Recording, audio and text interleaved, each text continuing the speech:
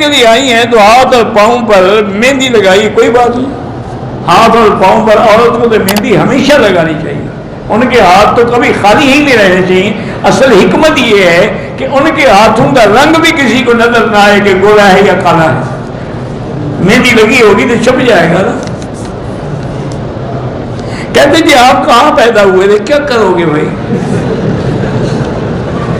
ویسے میں مکے میں پیدا ہوا۔ عجیب آدمی، یہ ذاتی معاملات ہیں۔ ایک اصولی بات یاد رکھو کہ ذاتی مسائل کے بارے میں خود مل کے پوچھ لو، اس کو لوگوں کے سامنے کیا ضرورت ہے؟ اب میں خامخواہ بزرگ بنوں گا نا کہ میں مکے میں پیدا ہوا، حالانکہ مکے میں تو ابو جہل بھی پیدا ہوا۔ دعا کرو اللہ قبول کر لے اور اللہ ایمان پہ رکھے۔ لوگ کہتے ہیں حضور کا سایہ نہیں تھا، انہوں نے حضور کو دیکھا تھا، جھوٹ بولتے، حضور بشر تھے، انسان تھے، جیسے ہر انسان کا سایہ ہے، حضور کا بھی سایہ تھا۔ اپنی مشکلات کو حل کرنے کے لیے طواف کر سکتے ہیں، کیونکہ نہ اللہ کا حکم ہے کہ جب مشکل ہے نماز پڑھو، تو طواف بھی تو نماز ہے۔ آب شفا کہاں واقع ہے؟ یہی اب زمزم آب شفا ہے۔ میری بڑی بیٹی کو اسقاط حمل ہو جاتا ہے، بہرحال آپ سورۃ الرحمن بھی پڑھتی رہیں، اور اسقاط حمل کے لیے ایک آیت ہے ان اللہ یمسک السماوات والارض ان تزولا، یہ آیت آپ قرآن میں دیکھ لیں، اور یہ آیت کو ہر نماز کے بعد 7 دفعہ پڑھ کے دعا مانگتے رہے تو پھر حمل نہیں ہوگا، اسقاط نہیں ہوگا۔ اکثر کاموں میں رکاوٹ ہوتی ہے۔ میں جب مولوی کے پاس جاتا ہوں تو کہتا ہے کہ تمہارے ستارہ گردش میں، ستارے مولوی صاحب کے گھر میں ہیں یا دیکھ رہے ہوتے ہیں، ان کا اپنا ستارہ گردش میں۔ یہ اچھا مولوی ہے، خبریں ستاروں کو دیتے تو منجم ہوا، مولوی تو نہ ہوا نا۔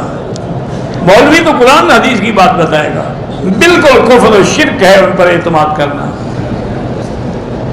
جب میں نماز کا ارادہ کرتی ہوں دل میں وسوسے آتے، کوئی بات نہیں، جب اللہ نے معاف کر دیا ہے تو تم کیوں فکر کرتی ہو؟ بار صورت ہر نماز کے بعد آخری جو دو صورتیں ہیں نا، قل اعوذ بالفلق اور قل اعوذ بالناس، 3 دفعہ پڑھ کے سارے بدن پہ ہاتھ پھیر دیا کریں۔ کیا جنگلوں اور مزاروں قبرستانوں کے درختوں سے شہد اتار سکتا ہوں؟ میری حالات بالکل حلال ہے، جو کچھ ملے قبروں سے اٹھا لو، ان کے کام کا تو ہے ہی نہیں ہے، وہ تو فوت ہو گئے ہیں۔ کیا مردے آ کے شہد کھائیں گے؟ اچھا ہے کوئی زندہ کھا لے۔ نماز چھوڑنے والا مشرک تو انشاءاللہ نہیں ہوگا، لیکن امام احمد بن حنبل فرماتے ہیں کہ وہ کافر ہو جاتا ہے۔ من ترک الصلاۃ متعمدا فقد کفر۔ وہ تو فرمایا ولا تکونوا من المشرکین، یعنی مشرک جیسے نماز نہیں پڑھے تم بھی تو وہی کام نہ کرو نا۔ میری بیٹی 14 سال کی ہے، کچھ دن سے اس پہ اثر ہے، اس کے کپڑے بھی الماری میں کٹ جاتے۔ اکثر تو میری بیٹی یہ فراڈ ہوتا ہے، دھوکہ ہوتا ہے، تم پہلے بچی کی تحقیق کرو۔ سب سے پہلی بات یہ ہے کہ اس کا موبائل لے لو، اس پہ اس کے سارے میسج چیک کرو، آپ کے سامنے انشاءاللہ حقیقت کھل جائے گی کون سا جن ہے جو موبائل کے ذریعے اس کو تنگ کر رہا ہے۔ سنی لڑکی کی شادی کسی شیعہ سے نہیں ہو سکتی۔ اللہ پاک نے بیٹیاں دی ہیں، اولاد نرینہ کے لیے دعا کرتے رہیں، رب لا تذرنی فردا وانت خیر الوارثین۔ زیر ناف بال جو ہیں کم از کم 40 دن زیادہ نہ گزرے ہیں۔ بڑھاپے میں اگر قوت نہ ہو تو آدمی کیا کرے؟ کچھ بھی نہ کرے، بڑھاپا ہے بھئی۔ جب تم بوڑھے ہو جاؤ گے تو بیوی بھی تو بوڑھی ہو جائے گی، تو غم کس بات کا؟ میرے ایک دوست تھے، بہت اچھا خطیب تھا، اللہ اس کی قبر میں رحمت کرے، مولانا بشیر اختر صاحب الہٰبادی، لیکن بہت ہی مذاق کرتے تھے۔ ایک دن میں نے اتفاق سے پوچھا، میں نے کہا اختر صاحب آج کل کیا حال ہے؟ کہتے جی کیا حال ہے، ایسے سو رہے ہوتے ہیں جیسے بہن بھائی سو رہے ہیں، نہ مجھے خارش ہوتی ہے نہ اس کو ہوتی ہے، تو کیا کریں؟ اور بہن بھائی والی بات ہی ہوئی، ہم سانس کے مر گئے، بڑے علماء بیٹھے تھے۔ میں نے کہا یار، تو کہتے آپ نے کیوں پوچھا؟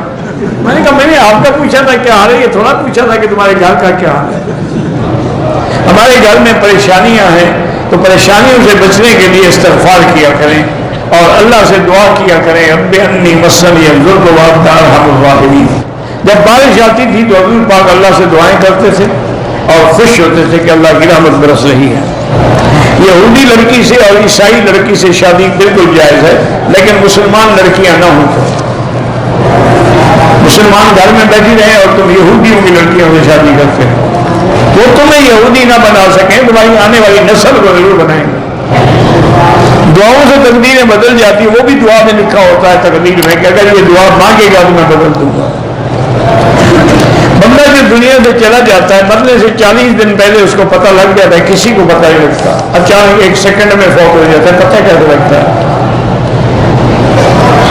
بہرحال جو نمازیں قضا ہیں آنے والی نماز سے پہلے پڑھ لیں تو زیادہ بہتر ہے۔ جب بندہ چلا جاتا ہے تو روح گھر میں آتے کسی کے گھر میں نہیں آئے تو پکڑ کے رکھ لو، اس کو بٹھا دو، پھر جانے کیوں دیتے ہو؟ جب وہ تمہارے گھر میں آئے تو جالا ایک ٹانگ دو اور جال میں پھانس دو اس کو۔ جو ٹھیک قصے لوگوں نے بنائے ہوئے ہیں، روح گھر میں آتی ہے۔ اگر اکیلے نماز پڑھیں تو اکیلے اذان بھی دیتے ہیں، تکبیر بھی کہہ لیں، کوئی حد نہیں، ثواب ہی ہے۔ زکوٰۃ کی رقم جو ہے ایک فرد کو دے سکتے ہیں جبکہ اس کے بیوی بچے وہاں دے سکتے ہیں۔ الفاظ سے اگر ہم عمرے کی نیت کریں کر سکتے ہیں۔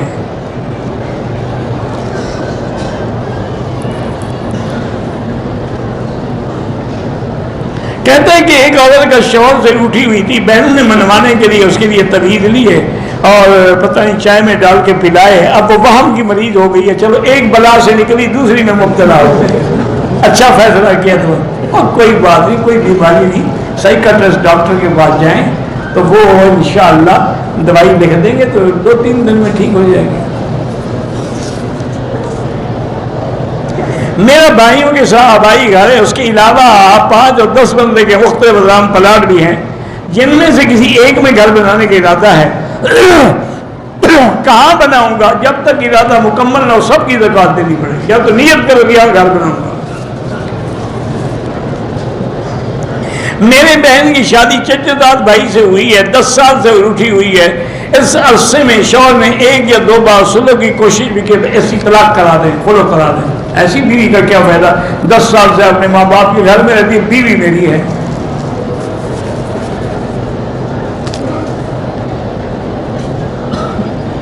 حضرت لقمان کو بھی علیہ السلام کہہ سکتے ہیں، کہہ سکتے ہیں۔ میں تقریباً روزانہ 2 رکعات نفل پڑھ کے والدین کی بخشتا ہوں، ٹھیک ہے، اچھا کرتے ہیں۔